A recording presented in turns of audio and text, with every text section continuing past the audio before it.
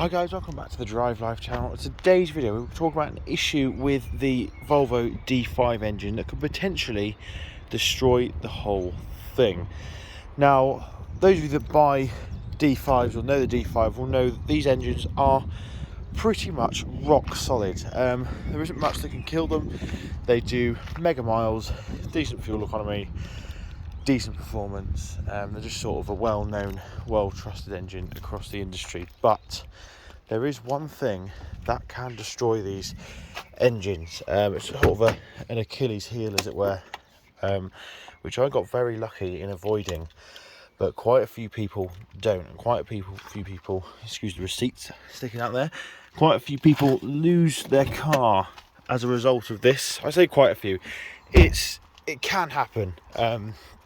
And the forums are full of people who've had this happen, and I always think that's because if it doesn't happen, you're not going to post on it on a forum anyway. So what are we talking about? We're of course talking about the auxiliary belt and cam belt. Now, everybody knows that you need to have your cam belt changed regularly. A lot of people forget the auxiliary belt, which is the one that runs from your crankshaft to your alternator, your power steering. There's even a secondary auxiliary belt as well that runs to your air conditioning. And what happens is this belt can snap, and this happened to me in February 2022. However, what can happen is, normally, when it happened to me, it wasn't an issue. Well, it was, I had to have the car recovered because I had no power steering, but it didn't cause any long-term damage. But what it did do was get caught up within the cam belt cover here.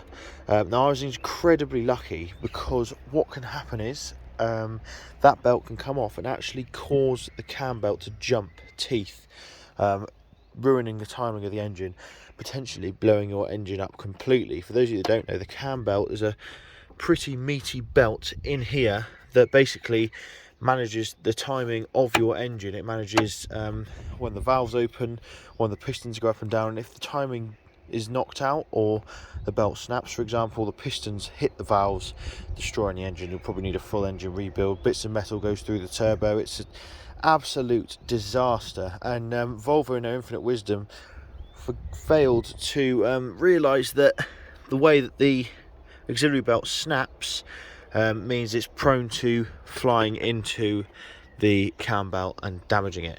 It can cause it to break, or it can cause it to, like I said, just jump timing. Either way, destroying your engine. I was incredibly lucky that I turned my car off before this happened. I could hear a rubber belt squealing. Worked out that the alternator belt had obviously gone. Turned the car off, and then when I looked into the cam belt cover here, I could actually see the auxiliary belt up here, but fortunately it hadn't made the car jump timing.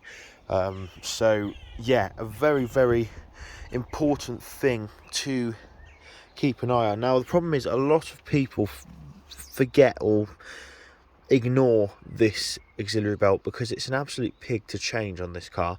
These P3 Volvos, you have to thread the belt, you have to remove all of this engine mounts, and those of you that know, we had an issue with that engine mount anyway when the bolt's sheared.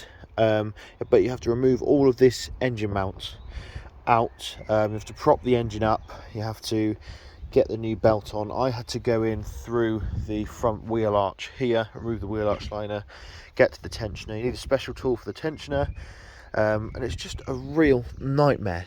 Most auxiliary belts are much easier to change than this one, and I think people really either forget about them or just don't do them. And what happens is you then get a what costs £15 for the part, piece of maintenance being left and potentially ruining the engine, which is a silly way of losing an engine, really, is for not changing an auxiliary belt. Like I said, it's quite expensive to have done at the garage. It is possible to do it. I've done it myself,